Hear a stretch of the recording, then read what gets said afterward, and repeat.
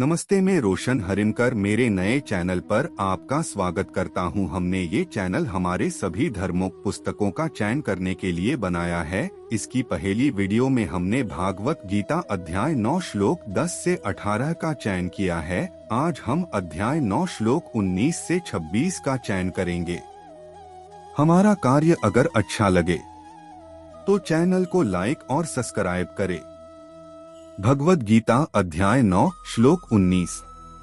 तपाम्यहमेह वर्ष निग्रहणम युत्सृजामि च अमृतं चैव मृत्युश्च सत्सच्चहमर्जुन।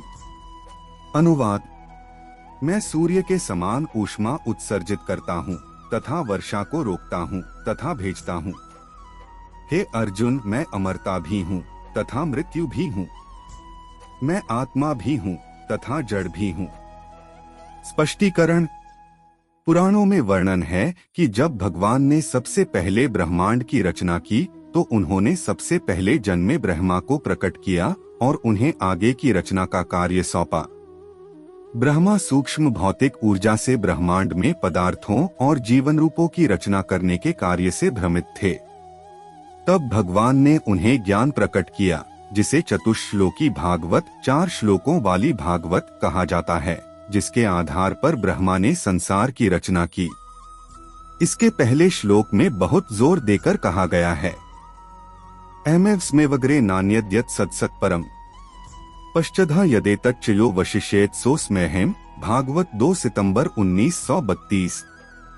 श्री कृष्ण ब्रह्मा से कहते हैं, मैं ही वह सब हूँ जो है।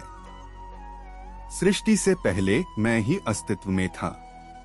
अब जब सृष्टि हो गई है तो प्रकट जगत के रूप में जो कुछ भी है वह मेरा ही स्वरूप है। प्रलय के बाद मैं ही अस्तित्व में रहूंगा। मुझसे अलग कुछ भी नहीं है। उपरोक्त सत्य का तात्पर्य यह है कि जिस सामग्री से हम पूजा करते हैं वह भी भगवान ही है। जब लोग पवित्र गंगा की पूजा करते हैं तो वे अपने शरीर के निचले आधे हिस्से को नदी में डुबोते हैं। फिर वे अपनी हथेलियों में जल उठाकर गंगा में डालते हैं। इस प्रकार वे गंगा के जल का ही उपयोग पूजा करने के लिए करते हैं। इसी प्रकार जब भगवान ही सब कुछ हैं, तो उनकी पूजा की सामग्री भी उनसे भिन्न नहीं है। इस प्रकार जैसा कि पहले श्लोक 16 और 17 में कहा गया है, श्री कृष्ण बताते हैं कि वे वेद, यज्ञ, अग्नि, अक्षर, घी और आहुति देने की क्रिया है। चाहे हमारी भक्ति का रूप और भावना कुछ भी हो, भगवान के अलावा ऐसी कोई चीज नहीं है जिसे हम उन्हें अर्पित कर सकें। फिर भी यह प्रेम की भावना है जो भगवान को प्रसन्न करती है, न कि भेंट की सामग्री। भगवद गीता अध्याय 9 श्लोक 20। त्रैविद्या मां सोम्पा पूत पापा यज्ञैरिष्ट्वा स्वर्गति प्रार्थयन्ते ते पुण्यमासाद्य सुरेंद्र लोक मशंति दिव्यं दिवि देव भोगान। अनुवाद। जो लोग वेदों में वर्णित सकाम कर्म में रत हैं, वे अनुष्ठानिक यज्ञों के माध्यम से मेरी पूजा करते हैं। सोमरस, जो कि यज्ञों का अवशेष है, वे स्वर्ग जाने की इच्छा रखते हैं। अपने पुण्य कर्मों के कारण वे स्वर्ग के राजा इंद्र के धाम जाते हैं और दिव्य देवताओं के सुखों का आनंद लेते हैं। स्पष्टीकरण। इससे पहले श्लोक 9.12 में श्री कृष्ण ने नास्तिक और अधार्मिक विचारों को अपनाने वाले नास्तिकों और आसुरी लोगों की मानसिकता और ऐसे लोगों को मिलने वाले परिणामों का वर्णन किया था। फिर उन्होंने उन महान आत्माओं की प्रकृति का वर्णन किया जो उनके प्रति प्रेमपूर्ण भक्ति में लीन हैं। अब इस श्लोक और अगले श्लोक में वे उन लोगों का उल्लेख करते हैं जो भक्त नहीं हैं, लेकिन नास्तिक भी नहीं हैं। वे वेदों के अनुष्ठानिक समारोह करते हैं। कर्मकांड वैदिक अनुष्ठान के इस विज्ञान को त्रैविद्या कहा जाता है। जो लोग त्रैविद्या के विज्ञान से मोहित हो जाते हैं, वे यज्ञ, अग्नि बलिदान और अन्य अनुष्ठानों के माध्यम से इंद्र जैसे दिव्य देवताओं की पूजा करते हैं। वे परोक्ष रूप से परमेश्वर की पूजा करते हैं, क्योंकि उन्हें यह एहसास नहीं होता कि केवल वे ही दिव्य देवताओं द्वारा दिए गए उपहारों को स्वीकृत करते हैं। अनुष्ठानिक समारोह अच्छे कर्म माने जाते हैं, लेकिन उन्हें भक्ति नहीं माना जाता है।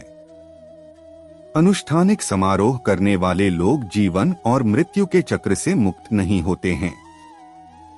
वे भौतिक ब्रह्मांड के भीतर अस्तित्व के उच्चतर स्तरों पर जाते हैं, जैसे स्वर्ग के राजा इंद्र का निवास। वहां वे उत्तम दिव्य सुखों का आनंद लेते हैं, जो पृथ्वी पर उपलब्ध कामुक सुखों की तुलना में हजारों गुना अधिक सुखद होते हैं। निम्नलिखित श्लोक में श्री कृष्ण दिव्य सुखों में दोष बताते हैं। भगवद गीता अध्याय 9 श्लोक 21। तेतं भुक्त्वा स्वर्गलोकं विशालं क्षीणे पुण्ये मर्त्यलोकं विशन्ति एवं त्रयी धर्ममनु प्रपन्न गतागता काम कामा लभन्ते। अनुवाद: जब वे स्वर्ग के विशाल सुखों का आनंद ले लेते हैं तो उनके पुण्यों का भंडार समाप्त हो जाता है और वे पृथ्वी पर लौट आते हैं। इस प्रकार जो लोग वैदिक अनुष्ठानों का पालन करते हैं, वे भोग की वस्तुओं की इच्छा रखते हुए बार बार इस संसार में आते हैं और जाते हैं। स्पष्टीकरण: श्री कृष्ण इस श्लोक में बताते हैं कि स्वर्ग के धामों के दिव्य आनंद अस्थायी हैं। वहां पदोन्नत होने वाले लोग जब स्वर्ग के सुखों का पूरा आनंद ले लेते हैं और अपने पुण्यों को समाप्त कर लेते हैं, तो उन्हें वापस पृथ्वी पर भेज दिया जाता है। इस प्रकार स्वर्ग के धामों में पदोन्नति प्राप्त करने से आत्मा की शाश्वत खोज पूरी नहीं होती। हम सभी अनंत पिछले जन्मों में कई बार वहां गए हैं और फिर भी आत्मा की अनंत आनंद की भूख अभी तक शांत नहीं हुई है। सभी वैदिक शास्त्र इस विश्वास का समर्थन करते हैं। तावत् प्रमोदते स्वर्गे यावत् पुण्य समाप्यते। कृष्ण पुण्यः पतत्यार्वाग्निक्षण कालचलितः। भागवतम 11 अक्टूबर 1926। स्वर्ग के निवासी तब तक दिव्य सुखों का आनंद लेते हैं जब तक उनके पुण्य समाप्त नहीं हो जाते। फिर समय बीतने के साथ उन्हें अनिच्छा से निचले लोकों में वापस जाने के लिए मजबूर होना पड़ता है। भगवद गीता अध्याय 9 श्लोक 22। अनन्याश्चिंत्यन्तो मां ये जनाः पर्युपास्ते तेषा नित्याभियुक्ताना योगक्षेम वहाम्यहम्। अनुवाद: ऐसे लोग हैं जो सदैव मेरा चिंतन करते हैं तथा मेरी अनन्य भक्ति में लीन रहते हैं। उनका मन सदैव मुझ में लीन रहता है। मैं उनकी कमी को पूरा करता हूँ तथा जो उनके पास पहले से है उसकी रक्षा करता हूँ। स्पष्टीकरण: एक माँ कभी भी अपने नवजात असहाय बच्चे को छोड़ने के बारे में नहीं सोचती जो पूरी तरह से उस पर निर्भर है। आत्मा की सर्वोच्च और शाश्वत माँ भगवान है। इस श्लोक में भगवान उन आत्माओं को मातृवत आश्वासन देते हैं जो केवल उनके प्रति समर्पित हैं। इस्तेमाल किए गए शब्द हैं वहाम्यहम्, जिसका अर्थ है मैं स्वयं अपने भक्तों के भरण पोषण का भार वहन करता हूँ, ठीक वैसे ही जैसे एक विवाहित व्यक्ति अपनी पत्नी और बच्चों के भरण पोषण का भार वहन करता है।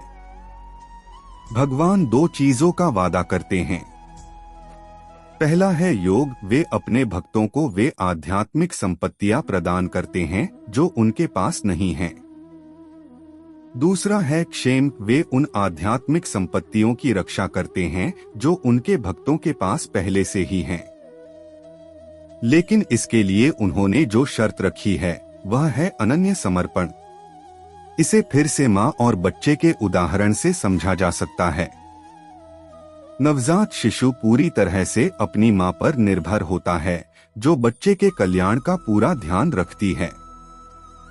बच्चे को जब भी कुछ चाहिए होता है तो वह रोता है, माँ उसे साफ करती है, खिलाती है, नहलाती है इत्यादि। लेकिन जब बच्चा 5 साल का हो जाता है तो वह अपने लिए कुछ काम खुद ही करने लगता है। उस सीमा तक माँ अपनी जिम्मेदारियां कम कर देती है। और जब वही बच्चा युवा हो जाता है और सभी जिम्मेदारियां संभाल लेता है तो माँ अपनी जिम्मेदारियां और कम कर देती है। अब अगर पिता घर आकर पूछता है हमारा बेटा कहाँ है, तो माँ कहती है वह स्कूल से घर नहीं लौटा है, वह अपने दोस्तों के साथ फिल्म देखने गया होगा। अब उसका रवैया उसके प्रति अधिक तटस्थ हो जाता है। लेकिन जब वही बच्चा 5 साल का होता है और स्कूल से घर लौटने में 10 मिनट की देरी हो जाती है, तो माँ और पिता दोनों चिंता करने लगते हैं, क्या हुआ, वह तो छोटा बच्चा है, चलो आशा करते हैं कि उसका कोई एक्सीडेंट न हो गया हो, चलो स्कूल को फोन करके पता करते हैं। इस तरह जैसे जैसे लड़का अधिक जिम्मेदारियां लेता जाता है, उसकी माँ अपनी जिम्मेदारियां छोड़ती जाती है। भगवान का नियम बिल्कुल वैसा ही है। जब हम अपनी स्वतंत्र इच्छा से कार्य करते हैं, यह सोचते हुए कि हम अपने कार्यों के कर्ता हैं और अपनी शक्ति और योग्यता पर निर्भर करते हैं, तो भगवान अपनी कृपा नहीं करते। वे केवल हमारे कर्मों को देखते हैं और उसका परिणाम देते हैं। जब हम आंशिक रूप से उनके प्रति समर्पित होते हैं और आंशिक रूप से भौतिक सहारा लेते हैं, तो भगवान भी आंशिक रूप से हम पर अपनी कृपा करते हैं। और जब हम खुद को पूरी तरह से उनके प्रति समर्पित कर देते हैं, मामेकं शरणं व्रज, भगवान अपनी पूरी कृपा करते हैं और पूरी जिम्मेदारी लेते हैं। जो हमारे पास है उसे सुरक्षित रखते हैं और जो हमारे पास नहीं है उसे पूरा करते हैं। भगवत गीता अध्याय 9 श्लोक 23। जो भक्त हैं और विश्वासपूर्वक दूसरे देवताओं की पूजा करते हैं, हे अर्जुन, वे भी विधिपूर्वक मेरी पूजा करते हैं। अनुवाद। हे कुंती पुत्र, जो भक्त श्रद्धापूर्वक अन्य देवताओं की पूजा करते हैं, वे भी मेरी पूजा करते हैं, किंतु वे गलत विधि से ऐसा करते हैं। स्पष्टीकरण। भगवान की पूजा करने वालों की स्थिति का वर्णन करने के पश्चात श्री कृष्ण अब उन लोगों की स्थिति का वर्णन करते हैं जो भौतिक लाभ के लिए निम्न देवताओं की पूजा करते हैं। वे भी श्रद्धा से संपन्न होते हैं तथा उनकी प्रार्थनाएं दिव्य देवताओं द्वारा सुनी जा सकती हैं, किंतु उनकी समझ अधूरी होती है। वे यह नहीं जानते कि दिव्य प्राणियों को उनकी शक्तियां स्वयं भगवान से प्राप्त होती हैं। इसलिए वे भी, यद्यपि अप्रत्यक्ष रूप से, परम दिव्य व्यक्तित्व की पूजा करते हैं। उदाहरण के लिए, यदि कोई सरकारी अधिकारी किसी नागरिक की शिकायत का निवारण करता है, तो उसे परोपकारी होने का श्रेय नहीं दिया जाता है। वह केवल अपने अधिकार क्षेत्र में उन शक्तियों का उपयोग कर रहा है जो उसे सरकार द्वारा प्रदान की गई हैं। इसी प्रकार दिव्य देवताओं की सभी शक्तियां परम भगवान से आती हैं। इस प्रकार श्रेष्ठ समझ वाले लोग अप्रत्यक्ष मार्ग का अनुसरण नहीं करते, वे सभी शक्तियों के स्रोत जो स्वयं भगवान हैं की पूजा करते हैं। परम भगवान को अर्पित की गई ऐसी पूजा स्वतः ही संपूर्ण सृष्टि को संतुष्ट कर देती है। भगवत गीता अध्याय 9 श्लोक 24। अहि सर्वज्ञाना भोक्ता च प्रभुरेव च, न तु मामभिजानन्ति तत्त्वेनाच्चवन्ति ते। अनुवाद। मैं सभी यज्ञों का भोक्ता तथा एकमात्र स्वामी हूँ, किंतु जो लोग मेरे दिव्य स्वरूप को समझने में असफल रहते हैं, उन्हें पुनर्जन्म लेना पड़ता है। स्पष्टीकरण। अब श्री कृष्ण देवताओं की पूजा करने में क्या कमी है, यह बताते हैं। भगवान द्वारा प्रदत्त शक्तियों के कारण उनमें भौतिक लाभ देने की क्षमता तो होती है, लेकिन वे अपने भक्तों को जीवन मरण के चक्र से मुक्त नहीं कर सकते। वे दूसरों को केवल वही दे सकते हैं जो उनके पास है। जब देवता स्वयं संसार से मुक्त नहीं हैं, तो वे अपने भक्तों को इससे कैसे मुक्त कर सकते हैं। दूसरी ओर जिनकी समझ उचित है, वे अपनी पूरी श्रद्धा स्वयं भगवान के चरणों में अर्पित कर देते हैं, और जब उनकी भक्ति पूर्णता की अवस्था तक पहुंच जाती है, तो वे नश्वर संसार से परे दिव्य धाम को चले जाते हैं। भगवत गीता अध्याय 9 श्लोक 25। यान्ति देवव्रता देवान् पिता नयन्ति पितृव्रता, भूतानि यान्ति भूतेज्या यान्ति मद्याजिनोपि मां। अनुवाद: देवों के उपासक देवों के बीच जन्म लेते हैं, पितरों के उपासक पितरों के पास जाते हैं, भूतों के उपासक ऐसे प्राणियों के बीच जन्म लेते हैं और मेरे भक्त केवल मेरे पास ही आते हैं। स्पष्टीकरण: भक्त केवल उसी स्तर तक उठ सकते हैं जिस स्तर तक वे पूजते हैं, ठीक उसी तरह जैसे पाइप में पानी केवल उस जलाशय के स्तर तक ही उठ सकता है जिससे वह जुड़ा हुआ है। इस श्लोक में श्री कृष्ण विभिन्न प्रकार की प्राप्तियों को प्रकट करके विभिन्न सत्ताओं की पूजा के निहितार्थों की व्याख्या करते हैं। वे यह ज्ञान हमें यह निष्कर्ष निकालने में मदद करने के लिए देते हैं कि आध्यात्मिक विकास के उच्चतम स्तर तक पहुंचने के लिए हमें परम की पूजा करनी चाहिए। इंद्र वर्षा के देवता, कुबेर धन के देवता, अग्नि के देवता आदि के उपासक स्वर्ग जाते हैं। फिर जब उनके अच्छे कर्मों का लेखा जोखा समाप्त हो जाता है तो उन्हें स्वर्ग से वापस भेज दिया जाता है। पितर पूर्वज हैं। उनके प्रति कृतज्ञता के विचार रखना अच्छा है, लेकिन उनके कल्याण के बारे में अत्यधिक चिंता करना हानिकारक है। जो लोग पूर्वजों की पूजा करते हैं वे मृत्यु के बाद अपने पूर्वजों के निवास स्थान पर जाते हैं। तमोगुणी लोग भूत प्रेतों की पूजा करते हैं। पश्चिमी दुनिया में जादू टोना होता है, अफ्रीका में काला जादू होता है, भारत में वाममार्गी तांत्रिक हैं जो भूत प्रेतों का आह्वान करते हैं। श्री कृष्ण कहते हैं कि जो लोग ऐसी चीजों में लिप्त रहते हैं वे अपने अगले जन्म में भूत प्रेतों के बीच जन्म लेते हैं। सर्वोच्च भक्त वे हैं जो अपना मन सर्वोच्च दिव्य व्यक्तित्व में लगाते हैं। व्रत शब्द का अर्थ है संकल्प और प्रयास। ऐसे भाग्यशाली आत्माएं जो भगवान की पूजा करने का दृढ़ संकल्प करते हैं और उनकी भक्ति में दृढ़ता से लगे रहते हैं, मृत्यु के बाद उनके दिव्य धाम को जाते हैं। भगवद गीता अध्याय 9 श्लोक 26। पत्रं पुष्पं फलं तोयं यो मे भक्त्या प्रयच्छति ततः भक्त्युपहृतमश्नामि प्रयतात्मन। अनुवाद: यदि कोई मुझे भक्तिपूर्वक पत्र, पुष्प, फल अथवा जल भी अर्पित करता है तो मैं अपने भक्त द्वारा शुद्ध चेतना पूर्वक प्रेम पूर्वक अर्पित की गई उस वस्तु को प्रसन्नता पूर्वक ग्रहण करता हूँ। स्पष्टीकरण: भगवान की पूजा के लाभों को स्थापित करने के बाद अब श्री कृष्ण बताते हैं कि ऐसा करना कितना आसान है। देवताओं और पितरों की पूजा में उन्हें प्रसन्न करने के लिए कई नियम हैं जिनका कड़ाई से पालन किया जाना चाहिए, लेकिन भगवान जो कुछ भी प्रेम पूर्वक अर्पित किया जाता है उसे स्वीकार करते हैं। यदि आपके पास केवल एक फल है तो उसे भगवान को अर्पित करें, वे प्रसन्न होंगे। यदि कोई फल उपलब्ध नहीं है तो उन्हें एक फूल अर्पित करें। यदि फूलों का मौसम नहीं है तो भगवान को केवल एक पत्ता अर्पित करें, वह भी पर्याप्त होगा, बशर्ते कि वह प्रेम का उपहार हो।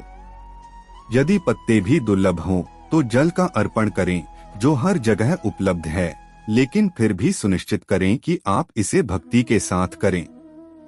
भक्त्या शब्द का प्रयोग श्लोक की पहली और दूसरी दोनों पंक्तियों में किया गया है। यह भक्त की भक्ति है जो भगवान को प्रसन्न करती है, न कि अर्पण का मूल्य। यह अद्भुत कथन कहकर श्री कृष्ण भगवान की दयालु दिव्य प्रकृति को प्रकट करते हैं। उन्हें हमारी भेंट के भौतिक मूल्य से कोई सरोकार नहीं है, बल्कि वे हर चीज से ज्यादा उस प्रेम को महत्व देते हैं जिसके साथ हम भेंट चढ़ाते हैं। इस प्रकार हरि भक्ति विलास में कहा गया है। अध्याय 9 जारी है। हमारा कार्य अगर अच्छा लगे तो चैनल को सब्सक्राइब करें और अगली वीडियो के लिए बेल आइकॉन दबाएं। आपके महत्वपूर्ण समय के लिए धन्यवाद।